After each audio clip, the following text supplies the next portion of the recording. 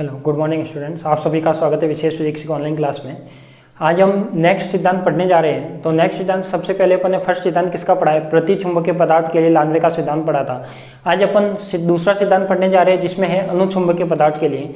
तो देखो, जो अनुचुंबकीय पदार्थ होता है सबसे पहले तो वो क्या होता है? तो ये आप जानते हो कि जब किसी पदार्थ को बाह्य चुंबकीय क्षेत्र में रखते हैं तो वो क्या करता है? आकर्षित करता है, यानी अल्प आकर्षित करता है। और जब अधिक आकर्षित करता है तो वो क्या बन जाता है? फेरोमैग्नेटिक यानी लो चुंबकत्व बन जाता है।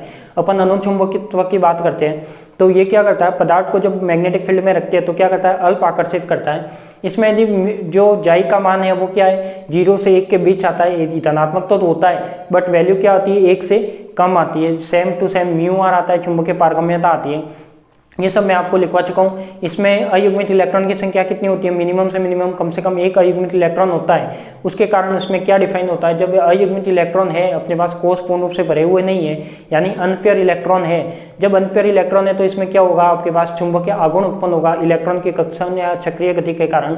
उसके कारण अपना क्या करेगा? ये वाला सिद्धांत आएगा। तो देखो, ये जो अनुचुंबकीय पदार्थ के लिए दो सिद्धांत है। एक तो अपने पास लानवे का जो क्लासिकल सिद्धांत भी है यानी चिरसम्मत भौतिकी सिद्धांत है। एक आपके पास क्वांटम सिद्धांत है, यानी दोनों सिद्धांत है। अनुचुंबकीय पदार्थों में दोनों सिद्धांत है, प्रतिचुंबक में केवल एक ही सिद्धांत था।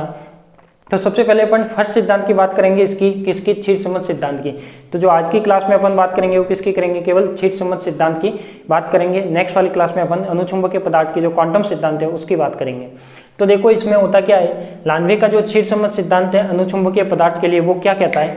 तो सबसे पहले तो अनुचुंबकीय पदार्थ कहते हैं कि इसमें क्या क्या थ्योरी होती है वो मैं आपको बता चुका हूँ, तो वो आपको लिखाऊंगा जब लिखवा दूंगा। अब यहाँ पे देखो, मैंने लिखा है मैक्सवेल बोल्ट्जमान सांख्यिकी के अनुसार। अब यहाँ पे ये मैक्सवेल बोल्ट्जमान सांख्यिकी ही क्यों यूज ली गई, फर्मी डिराक बोस क्यों नहीं ली गई? इसका रीजन ये है कि ये कौन सा सिद्धांत है? क्षीरसम्मत सिद्धांत है। और आपने यदि सेकेंड ईयर में पढ़ा है थर्मोडायनेमिक्स में की बुक में कि जो मैक्सवेल बोल्ट्जमान सांख्यिकी आती है वो किस में आती है? आपकी क्लासिकल फिजिक्स में आती है, क्षीरसम्मत सिद्धांत में आती है, क्षीरसम्मत भौतिकी में आती है। तो क्षीरसम्मत भौतिकी या क्षीरसम्मत सिद्धांत की वजह से यहाँ पे कौन सी स्टैटिक्स काम में ली गई है? मैक्सवेल बोल्ट्जमान स्टैटिक्स काम में ली गई है। और यहाँ पे ये कह रहा है कि ये dn क्या है? dn यानी कोई भी पदार्थ को आप चुंबकीय क्षेत्र में रखते हो तो उसमें जो उपस्थित द्विध्रुवों की संख्या होगी वो क्या होगी? परमाणु में उपस्थित द्विध्रुवों की संख्या है वो क्या मानिए? यहाँ पे dn मानिए। और जो z है ये क्या है? आपके समवितरण फलन है। क्या है आपका? समवितरण फलन यानी पार्टीशन फंक्शन है। और पार्टीशन फंक्शन आप जानते हो क्या होता है क्षीरसम्मत भौतिकी में? माइनस का u b बीटा होता है, या फिर बीटा इक्वल टू क्या होता है? 1/kt होता है। तो इसको आप इस फॉर्म में भी लिख सकते हो, u/kt। ठीक है, इस फॉर्म में आपने लिखा है, सेकेंड ईयर में आपको पता होगा। तो यही मैं फंक्शन यहाँ पे काम में लेने वाला हूँ। तो ध्यान रखना, कुछ इसमें ऐसी टर्म है जो अपन डायरेक्ट यूज ले रहे हैं, तो वो मैं आपको बताऊंगा कि कौन कौन सी टर्म है आगे जाके। तो ये क्या, इस फर्स्ट इक्वेशन से क्या पता लगा कि जो मैक्सवेल बोल्ट्जमान सांख्यिकी के अनुसार जो यदि पदार्थ को चुंबकीय क्षेत्र में रखते हैं तो उसमें उपस्थित जो द्विध्रुव की संख्या होती है वो समवितरण फलन के समानुपाती होती है। किसके? समवितरण फलन के समानुपाती होती है। यहाँ से क्या पता लग रहा है? dn समानुपाती z।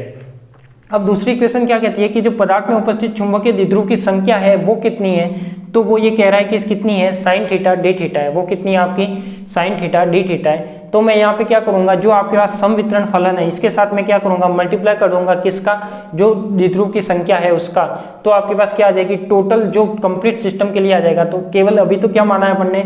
dn में dn क्या माना है? चुंबकीय द्विध्रुव में उपस्थित संख्या है। किसकी? द्विध्रुवों की संख्या। ठीक है, फिर जब मैं पूरे सिस्टम के लिए बात करूंगा तो भी आपका क्या आएगा? dn ही आएगा। यहाँ पे कंफ्यूज मत होना कि dn की वैल्यू ये है तो आप ये dn की जगह मत रख देना, ये चीज ध्यान रखना। ये क्या है? आपके द्विध्रुव की संख्या, इसका मैं समवितरण फलन के साथ क्या करूंगा? मल्टीप्लाई करूंगा, तब आपके क्या आएगा? इसका जो dn है वो आएगा। ठीक है, तो सबसे पहले देखो मैंने क्या किया, dn समानुपाती किया sin थीटा, या फिर इसको आप ऐसे ना लिखो तो ऐसे लिख सकते हो सीधा सा, dn समानुपाती z और sin थीटा। ये z और ये sin थीटा कर दिया। जब ये समानुपाती हटाया तो मैंने कांस्टेंट जोड़ दिया n, तो ये क्या हो गया? nz sin theta. और z यहाँ पे क्या है? समवितरण फलन है। और समवितरण फलन क्या होता है? z equal to e⁻u beta. Beta equal to क्या होता है? 1/kt। तो इसको मैं ऐसे भी लिख सकता हूँ e⁻u/kt।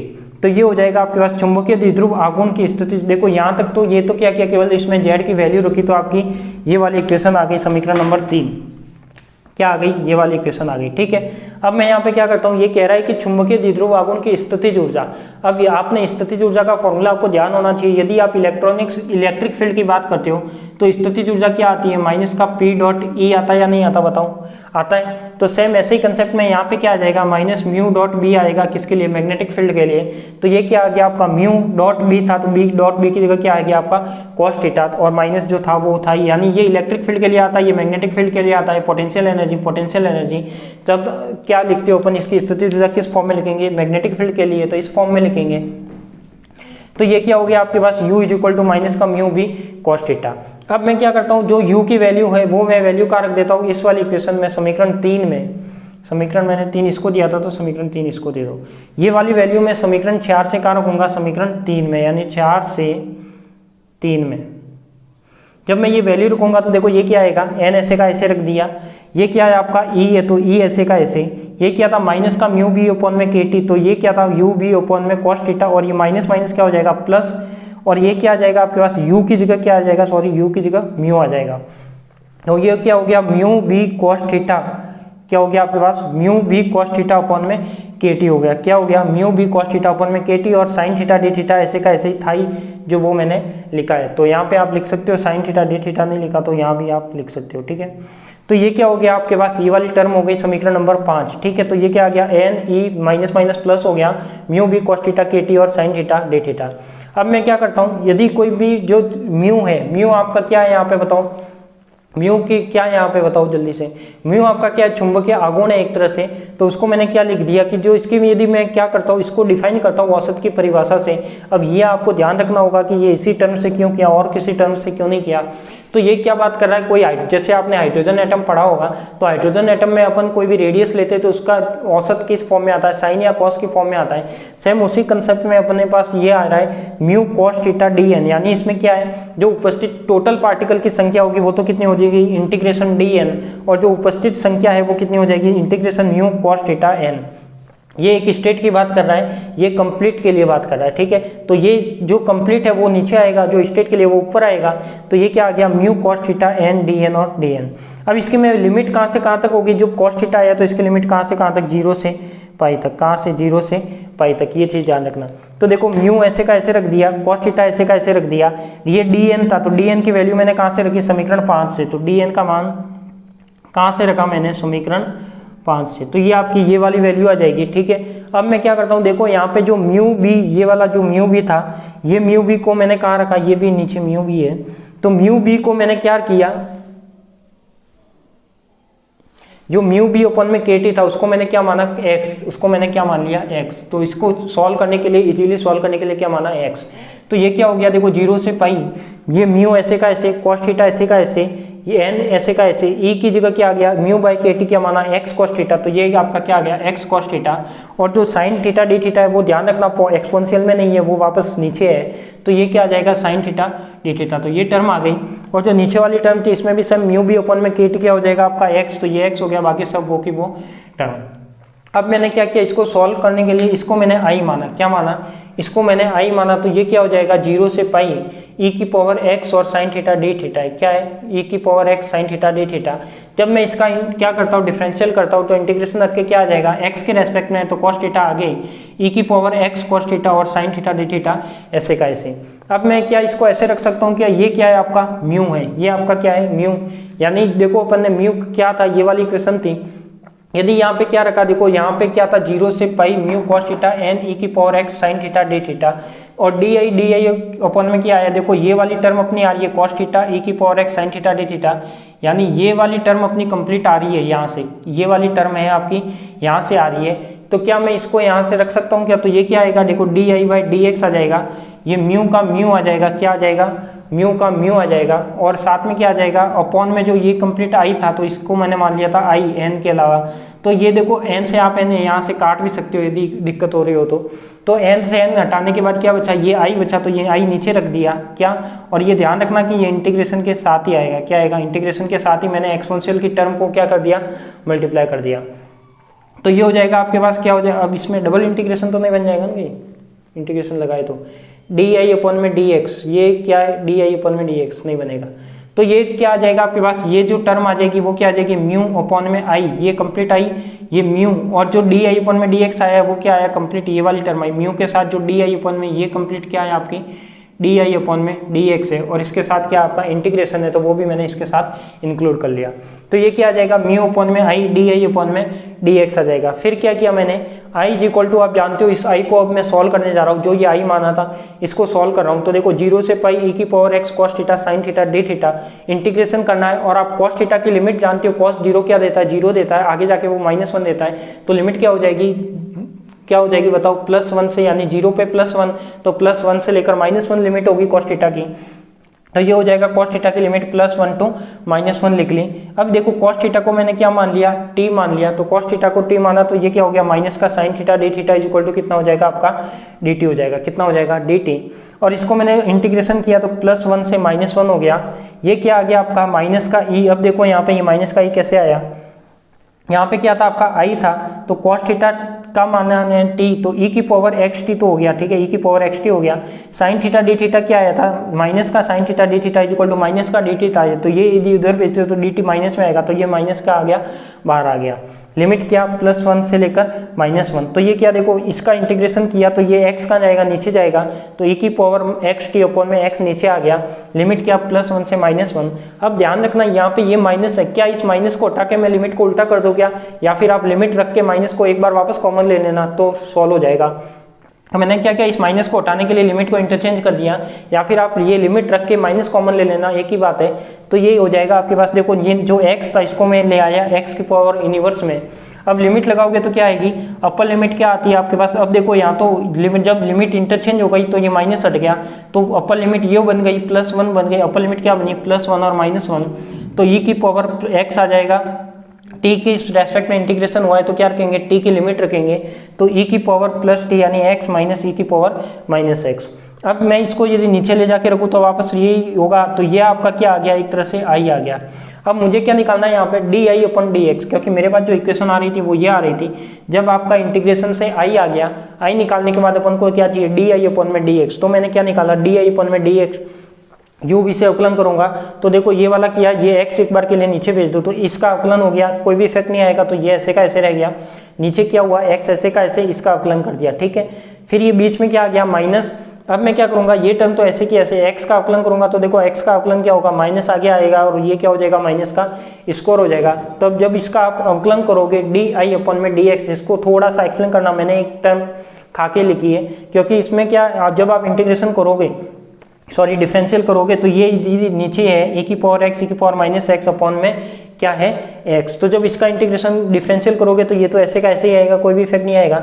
जब इसका इंटीग्रेशन करोगे तो डिफरेंशियल करोगे तो माइनस आगे आएगा, बट उसकी वजह से वो वापस क्या बन जाएगा माइनस बन जाएगा, ठीक है। इतना सा आप ध्यान रखना। तो ये हो जाएगा डी आई अपन में डी एक्स, ये वाली टर्म हो जाएगी। और ये हो जाएगा आपके पास, देखो अब मैंने क्या किया, जो ये वैल्यू आई वो कहाँ रखी समीकरण 7 में रख दी। तो समीकरण 7 क्या कहती है, म्यू ऐसे का ऐसे रख दिया, आई की वैल्यू क्या आई आपके पास ये आई, तो ये आई की वैल्यू रख दी, ये आई की वैल्यू हो गई। और जो डी आई अपन में डी एक्स था ये कंप्लीट आ गया, डी आई अपन में डी एक्स, बीच में क्या है माइनस। अब मैं क्या करता हूँ x उधर भेज दो, तो ये x मैंने चाहे उधर ना भेजो तो क्या करो, इधर भी x है इधर भी x है, x यहाँ से कॉमन निकाल से के x से x हटा दो, तो एक x बाहर आ गया, तो देखो यहाँ से x हट गया और यहाँ से एक x हट गया, तो क्या आया एक x। तो ये टर्म बाकी ऐसे की ऐसे, x से x कैंसिल आउट हो जाएगा, तो क्या बचेगा ये वाली टर्म। अब अपने पास क्या बचा, इसको अंदर भेजो, तो देखो ये प्लस है तो ये ऐसे का ऐसे है, ये अंदर में आ गया तो ये माइनस और ये सेम टर्म में कट जाएगी, तो ओपन में क्या रहेगा 1/x। और आप जानते हो कि जो कॉट हाइपरबोलिक होता है, कॉट हाइपरबोलिक क्या होता है, e की पावर x प्लस e की पावर -x, e की पावर x और e की पावर -x, ये कॉट हाइपरबोलिक की टर्म होती है। तो म्यू आ जाएगा, म्यू के बाद कॉट हाइपरबोलिक x आ जाएगा और माइनस का क्या आ जाएगा 1/x। अब ये जो फलन कहलाता है, ये वाला जो फलन कहलाता है, यही आपका कहलाता है लांजवे फलन। किसका, छिरसमत सिद्धांत या अनुचुंबकीय पदार्थ के लिए जो लांजवे फलन डिफाइन होता है वो यहाँ से होता है। तो इसमें अपन को फलन निकालना था, तो ये क्या आ गया cot hyperbolic x is equal to minus का 1/x। तो यही आपका क्या कहलाता है लांजवे फलन कहलाता है। इसको मैंने लिख दिया म्यू ऐसे का ऐसे और LX ऐसे का ऐसे। ये आपका क्या आ गया चुंबकीय आघूर्ण आ गया। अब आपको चुंबकन तीव्रता निकालनी हो तो चुंबकन तीव्रता क्या होगी, चुंबकन तीव्रता होगी m is equal to n, क्या आपके पास टोटल पार्टिकल की संख्या म्यू से क्या हो जाएगा मल्टीप्लाई हो जाएगा। तो ये क्या हो जाएगा, देखो m ऐसे का ऐसे n म्यू और ये क्या आपका लांजवे फलन LX। तो ये आ जाएगा m इज इक्वल टू, और इसको मैंने क्या मान लिया, ms मान लिया, ये क्या मान लिया, ms मान लिया, जो क्या है संतृप्त चुंबकन तीव्रता कहलाएगी n और म्यू को मल्टीप्लाई करने के बाद, या फिर आप यहाँ तक रखोगे तो भी गलत नहीं है, तो भी सही है। तो ये क्या हो जाएगा ms lx, तो ये आपका क्या बन गया, लांजवे फलन बन गया। और यदि मैं इसका ग्राफ बनाऊँ लांजवे फलन और x के बीच में, तो इस टाइप का कुछ ग्राफ आता है। तो ये सब आपके पास जो जो सिद्धांत हैं, अब इसमें आपको ध्यान रखना है कि कुछ टर्म आपको मेरे अकॉर्डिंग याद रखनी पड़ेगी। एक तो आपको ये टर्म याद रखनी पड़ेगी कि इसका एवरेज कैसे निकाला जाता है, ठीक है। बाकी इसमें कुछ टर्म याद रखनी है नहीं, इसका थोड़ा प्रोसेस या जरूर याद रखना होगा कि इसमें एक टर्म को आई मान लेते हैं, फिर अपन डी आई अपन डी एक्स निकालते हैं, इस टर्म से आपको याद रखना होगा, ठीक है। तो इसको अपन लिखते हैं एक एक करके। तो पहले आप टॉपिक लगाइए लांजवे का क्षीर समझ सिद्धांत अनुचुंबकीय पदार्थ के लिए, लिख लो इसमें अनुचुंबकीय पदार्थ के लिए लांजवे का क्षीर समझ सिद्धांत, और इसमें लिखो पहले थोड़ा डेफिनेशन लिख लो। पहले तो अनुचुंबकीय पदार्थ के बारे में लिखा लेता हूँ, वो लिखो वे पदार्थ जिनके परमाणु के कोष आंशिक रूप से भरे हुए हो, वे पदार्थ जिनके परमाणु के कोष आंशिक रूप से भरे हुए हो अनुचुंबकीय पदार्थ कहलाते हैं। वे पदार्थ जिनके परमाणु के कोष आंशिक रूप से भरे हुए हो अनुचुंबकीय पदार्थ कहलाते हैं। और अयुग्मित इलेक्ट्रॉन के कारण चुंबकीय आघूर्ण परिभाषित होता है, और अयुग्मित इलेक्ट्रॉन के कारण चुंबकीय आघूर्ण परिभाषित होता है। और वे पदार्थ जिनमें स्थायी चुंबकीय आघूर्ण उपस्थित हो, वे पदार्थ जिनमें स्थायी चुंबकीय आघूर्ण उपस्थित हो अनुचुंबकीय पदार्थ कहलाता है। वे पदार्थ जिनमें स्थायी चुंबकीय आघूर्ण उपस्थित हो अनुचुंबकीय पदार्थ कहलाता है। फिर लिखो इसका गणितीय विश्लेषण, लिखना इसमें अनुचुंबकीय पदार्थों का गणितीय विश्लेषण, अनुचुंबकीय पदार्थों का गणितीय विश्लेषण लांजवे वैज्ञानिक ने किया।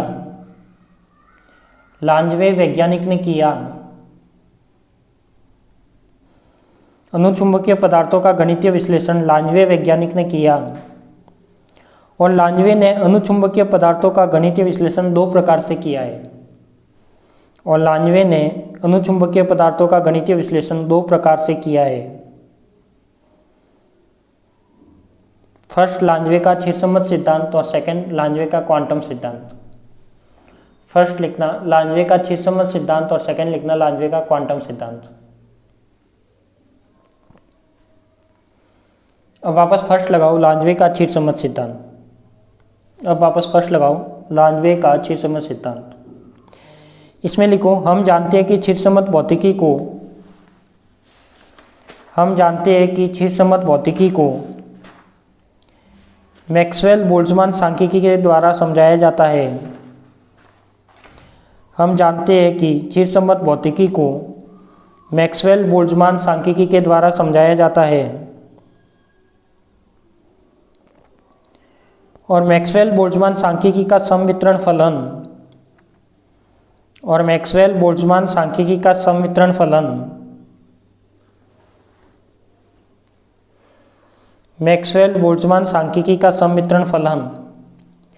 z इज इक्वल टू ई की पावर माइनस यू अपॉन में KT होता है। मैक्सवेल बोल्ट्जमान सांख्यिकी का संवितरण फलन थर्मो में पढ़ रखा है आपने, z इज इक्वल टू ई की पावर माइनस यू अपॉन में KT। वैसे तो बोर्ड पर बीटा के रूप में लिखा हुआ है, इसको अगर KT के फॉर्म में लिखना हो तो कैसे लिखोगे, z इज इक्वल टू ई की पावर माइनस यू अपॉन में KT, ये होता है, ठीक है। लिख लो इसको, ये वाला z इज इक्वल टू ई की पावर माइनस यू अपॉन में KT होता है।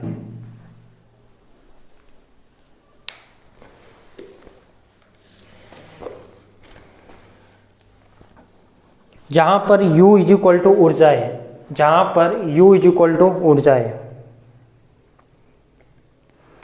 फिर लिखो मैक्सवेल बोल्ट्जमान सांख्यिकी के अनुसार अनुचुंबकीय पदार्थों में उपस्थित द्विध्रुवों की संख्या मैक्सवेल बोल्ट्जमान सांख्यिकी के अनुसार अनुचुंबकीय पदार्थों में उपस्थित द्विध्रुवों की संख्या समवितरण फलन के समानुपाती होती है। मैक्सवेल बोल्ट्जमान सांख्यिकी के अनुसार अनुचुंबकीय पदार्थों में उपस्थित द्विध्रुवों की संख्या dn समवितरण फलन के समानुपाती होती है। समवितरण फलन के समानुपाती होती है।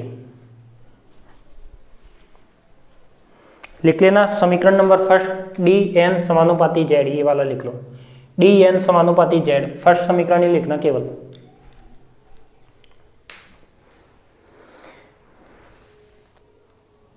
फिर लिखो समीकरण 1 के बाद कि मैक्सवेल के गतिज ऊर्जा सिद्धांत के अनुसार, मैक्सवेल के गतिज ऊर्जा सिद्धांत के अनुसार अनुचुंबकीय पदार्थों में, मैक्सवेल के गतिज ऊर्जा सिद्धांत के अनुसार अनुचुंबकीय पदार्थों में उपस्थित चुंबकीय द्विध्रुवों की संख्या, मैक्सवेल के गतिज ऊर्जा सिद्धांत के अनुसार अनुचुंबकीय पदार्थों में उपस्थित चुंबकीय द्विध्रुवों की संख्या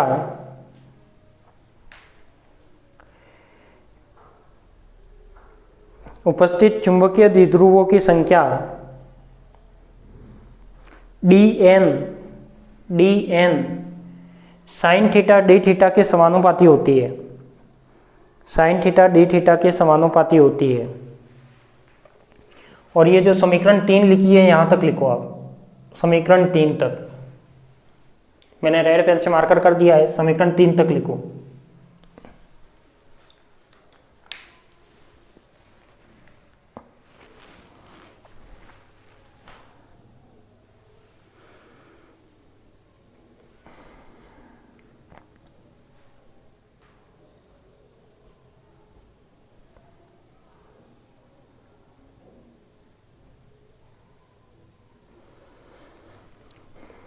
इसके बाद लिखो, माना अनुचुंबकत्व गुण वाले पदार्थ में, माना अनुचुंबकत्व गुण वाले पदार्थ में n परमाणु प्रति एकांक आयतन है। माना अनुचुंबकत्व गुण वाले पदार्थ में n परमाणु प्रति एकांक आयतन है। माना अनुचुंबकत्व गुण वाले पदार्थ में n परमाणु प्रति एकांक आयतन है तथा प्रत्येक का स्थायी चुंबकीय आघूर्ण म्यू है, तथा प्रत्येक का स्थायी चुंबकीय आघूर्ण म्यू है, प्रत्येक का स्थायी चुंबकीय आघूर्ण म्यू है। और जब बाह्य चुंबकीय क्षेत्र B लगाया जाता है, और जब बाह्य चुंबकीय क्षेत्र लगाया जाता है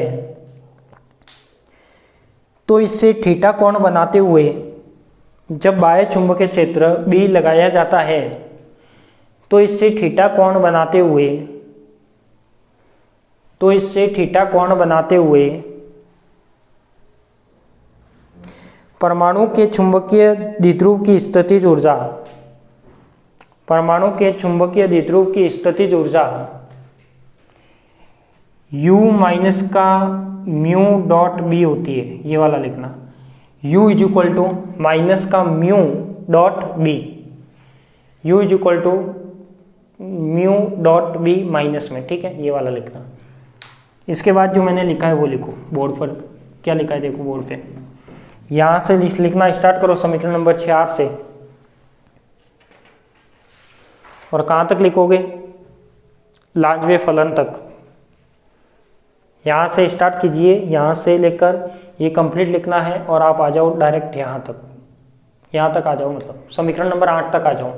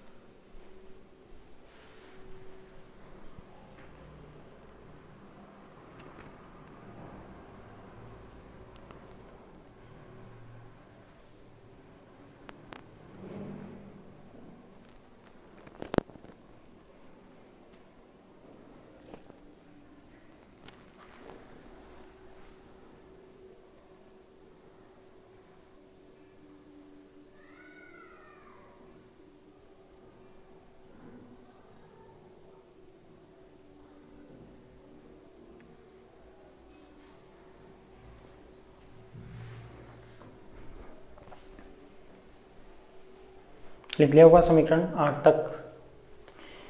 आगे लिखिए समीकरण 8 अनुचुंबकीय पदार्थों के लिए।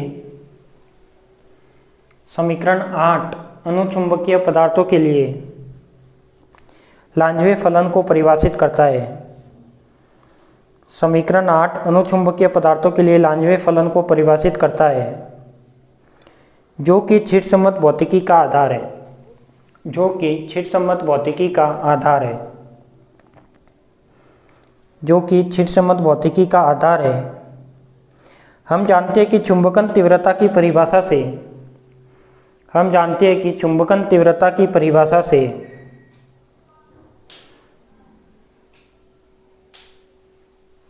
हम जानते हैं कि चुंबकन तीव्रता की परिभाषा से, और यहाँ से लेकर यहाँ तक ये जो ब्लू कलर में लिखा हुआ है, ये ग्राफ बना हुआ है, ये भी बना दो।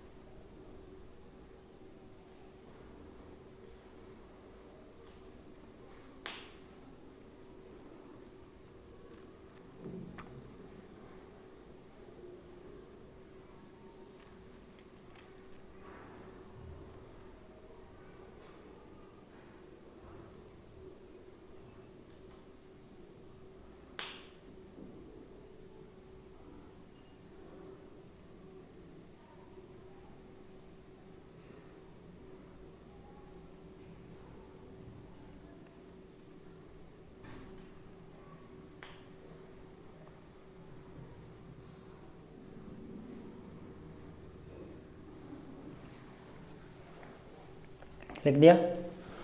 लिखो आगे। यहाँ पर ms equal to N mu नीचे लिखा हुआ है, वो लिख भी दिया होगा शायद, तो वापस नहीं लिखना फिर तो। यह समीकरण अनुचुंबकीय पदार्थों की चुंबकीय तीव्रता को व्यक्त करता है। यह समीकरण अनुचुंबकीय पदार्थों की चुंबकीय तीव्रता को व्यक्त करता है। यह समीकरण अनुचुंबकीय पदार्थों की चुंबकीय तीव्रता को व्यक्त करता है। अब एक इससे रिलेटेड एक क्वेश्चन है जो आपके एग्जाम में आया हुआ है, उसको करते हैं अपन। इसकी एप्लीकेशन है एक मात्रा से।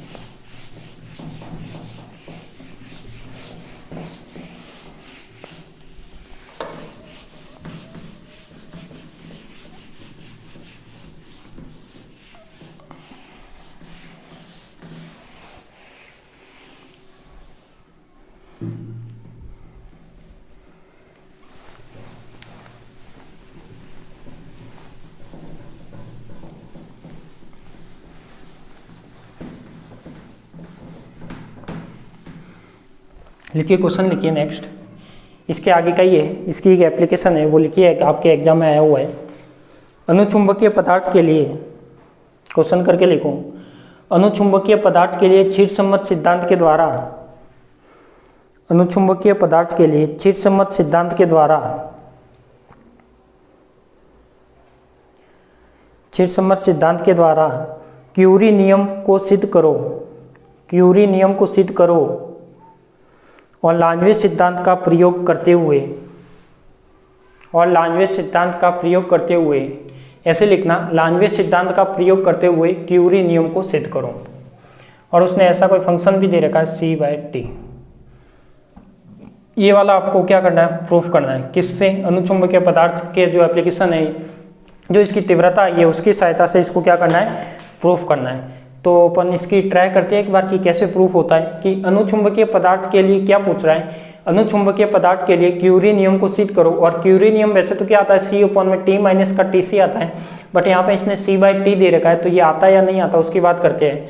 तो चलते हैं इसको प्रूफ करते हैं। हम जानते हैं कि क्या जानते हैं कि μb/kT अपन ने किसके इक्वल माना है, x के इक्वल।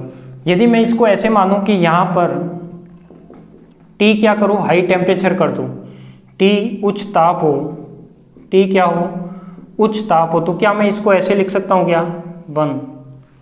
क्या मैं ऐसे लिख सकता हूँ? यदि ये क्या हो, इसको x क्या है आपका μb/kT, तो ये क्या हो जाएगा आपका 1। अब ये T उच्च ताप है, तो यहाँ से उच्च ताप पता लग रहा है कि आपको कि ये हाई टेम्परेचर है, बिल्कुल पता लग रहा है। ये क्या हो जाएगा आपका μb और kT। ये हो जाएगा आपके पास। अब अपन क्या जानते हैं कि जो चुंबकन तीव्रता होती है जो अपन ने लिखी है अनुचुंबकीय पदार्थ के लिए, जो चुंबकन तीव्रता आई है अपनी, वो क्या आई है, वो आई है आपके पास m is equal to M S और क्या था, म्यू था। तो म्यू की वैल्यू, सॉरी म्यू ना रख के अपन डायरेक्ट क्या रख दो इसमें, एल एक्स रख दो, क्या रख दो, लांजवे फलन रख दो। तो देखो एम एस क्या था आपके पास, एन म्यू था, ये तो ऐसे का ऐसे रख दिया। एल एक्स, ये एल एक्स क्या है, एल एक्स है आपके पास कॉट हाइपरबोलिक एक्स माइनस का 1/x, ये था। यदि मैं इसको कॉट हाइपरबोलिक को एक्सप्लेन करूँ तो ये क्या आएगा, एन म्यू 1/x प्लस का x/3 प्लस का कुछ एक्स स्क्वायर में नीचे कुछ टर्म आती है शायद 45 या कुछ ऐसी कुछ टर्म आती है, मुझे एग्जैक्ट याद नहीं है, इज इक्वल टू माइनस का 1/x। इस टाइप से कोई यहाँ पे टर्म आएगी, वो आप देख लेना कॉट हाइपरबोलिक का एक्सप्लेन क्या होता है, 2 टर्म मुझे पता है।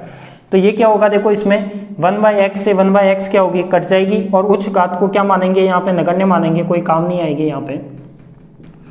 उच्च घात को क्या मानेंगे अपन, नगण्य मानेंगे। जब ये वाली टर्म नेगलेक्ट हो जाएगी, इसके नीचे चाहे कोई भी हो, तो ये क्या होगा आपका एन म्यू और क्या होगा x/3, क्या होगा आपके पास x/3। अब x की वैल्यू क्या है आपके पास, x की वैल्यू क्या है, देखो x क्या माना था अपन ने, तो m is equal to x क्या माना है, म्यू बी अपॉन में kt, तो n म्यू और यहाँ पे क्या आ जाएगा म्यू बी अपॉन में kt, ये आप क्या आ जाएगा, और अपॉन में जो 3 था वो क्या आ जाएगा 3, यानी x की जगह ये 3 बार ले लिया। तो देखो यहाँ पे क्या बन गया, m इज इक्वल टू, ये म्यू दोनों बड़े छोटे नहीं है, ये भी म्यू है और ये भी म्यू, दोनों एक ही म्यू है, ठीक है।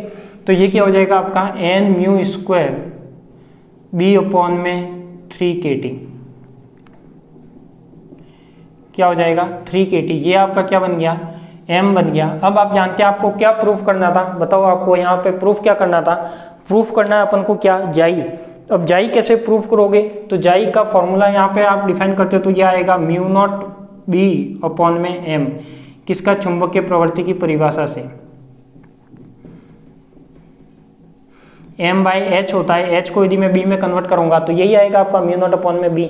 तो ये क्या आ जाएगा आपका जाई इज इक्वल टू, ये क्या हो जाएगा आपका म्यू नॉट अपॉन में b, तो ऐसे का ऐसे, और साथ में क्या था m, साथ में क्या था आपका m, तो हो जाएगा n म्यू b अपॉन में 3kt, b से b कैंसिल आउट हो जाएगा, तो जाई इज इक्वल टू क्या आएगा mu naught n mu square upon में 3kt। तो एक बार मैं इसको देख लेता हूँ, आंसर इसका यही आ रहा है क्या, n म्यू स्क्वायर 3kt सही आ रहा है। तो देखो ये आपका क्या आ गया, जो प्रूफ करना था वो आ गया क्या। अब देखो प्रूफ में क्या था, c एक तरह क्या है क्यूरी नियतांक है, तो ये c क्यूरी नियतांक किसके इक्वल होगा, c क्यूरी नियतांक किसके इक्वल होगा, mu naught n mu square upon में 3k के। तो ये क्या हो जाएगा, Sai is equal to c/t, ये आपका क्या आ जाएगा, क्यूरी कांस्टेंट या क्यूरी नियम आ जाएगा। इस तरीके से आप इसको डिफाइन कर सकते हो। क्या किया इसमें, म्यू बी अपन kt पहले से अपन ने इसमें डेरिवेशन में माना था, क्या माना था x। यदि मैं यहाँ पे एक चीज कंसीडर करता हूँ कि यहाँ पर यदि ताप क्या हो आपका उच्च हो, हाई टेम्परेचर हो, तो क्या मैं इसको इस फॉर्म में लिख सकता हूँ, x की टर्म में वो क्या होगी, ग्रेटर देन लेस देन होगी 1। ये जब लेस देन करेंगे तभी तो ताप उधर जाके क्या होगा, ग्रेटर देन होगा। तो ये हो जाएगा म्यू बी kt, तो ये आपका क्या हो गया mu B kt greater than t क्या हो गया, बड़ा हो गया इसके कंपेयर में। आप चुंबकन तीव्रता जानते हो क्या होता है formula, m is equal to M S और एल एक्स आया है। एल एक्स आपका क्या है यहाँ पर लांजवे फलन है, तो लांजवे फलन की मैंने वैल्यू रख दी। एम एस क्या था, संतृप्त चुंबकन तीव्रता थी, वहां से देखो डेरिवेशन में, तो ये रख दिया मैंने एन म्यू ऐसे का ऐसे, ये इसको एक्सप्लेन कर दिया। तो 1/x प्लस x/3, अब यहाँ पे कुछ टर्म आती है, मेरे अकॉर्डिंग 45 आता है, बट आप देख लेना, पता नहीं मुझे एग्जैक्ट की कितना आता है। तो ये हाई ऑर्डर को अपन वैसे भी नेगलेक्ट करेंगे तो इसका कोई मतलब नहीं है यहाँ पे। तो उच्च घातों को नगण्य कर लिया तो केवल ये टर्म बची x/3। x क्या है आपके पास, म्यू बी अपन kt, तो म्यू बी अपन में kt रख दिया, तो ये क्या बन गया n म्यू स्क्वायर बी अपन में 3kt। अब क्या करते हैं, चुंबकीय प्रवृत्ति की परिभाषा से मैग्नेटिक सस्टेनेबिलिटी क्या कहती है, J is equal to mu not upon में बी, H होता है, तो H की अपन बी में कन्वर्ट करें तो इस तरीके से कर सकते हैं। तो ये क्या हो जाएगा, म्यू नॉट अपॉन में बी, M की वैल्यू रख दी, तो कट कटा के क्या आ गया, ये आ गया। इस पूरे को मैंने क्या मान लिया, कॉन्स्टेंट के इक्वल मान लिया, और मानना क्या, ये वैसे ही कॉन्स्टेंट है। K क्या है, बोल्ट्जमान कॉन्स्टेंट है, म्यू नॉट कॉन्स्टेंट है चुंबकीय पारगम्यता वाला, ये भी कॉन्स्टेंट है, N क्या संख्या है, तो ये कॉन्स्टेंट है, तो इसको मैंने मान लिया C, और C किसके नीचे क्या आ गया, T, ठीक है। तो ये आपका क्या हो गया, जो अनुचुंबकीय पदार्थ का क्षेत्रसमझ सिद्धांत या लांजवे सिद्धांत था वो हमने कंप्लीट किया है। ये क्वेश्चन आप इंपोर्टेंट लगा देना, आपके एग्जाम में आया हुआ भी है और आ भी सकता है, काफ़ी पहले आया था, तो इसको आप देख लेना, ठीक है। तो आज के लिए तो इतना ही, मिलते हैं अपन इसके नेक्स्ट क्लास में। इसका जो दूसरा सिद्धांत होगा वो सिद्धांत होगा क्वांटम सिद्धांत, उसकी बात करेंगे। तो आप सभी को धन्यवाद।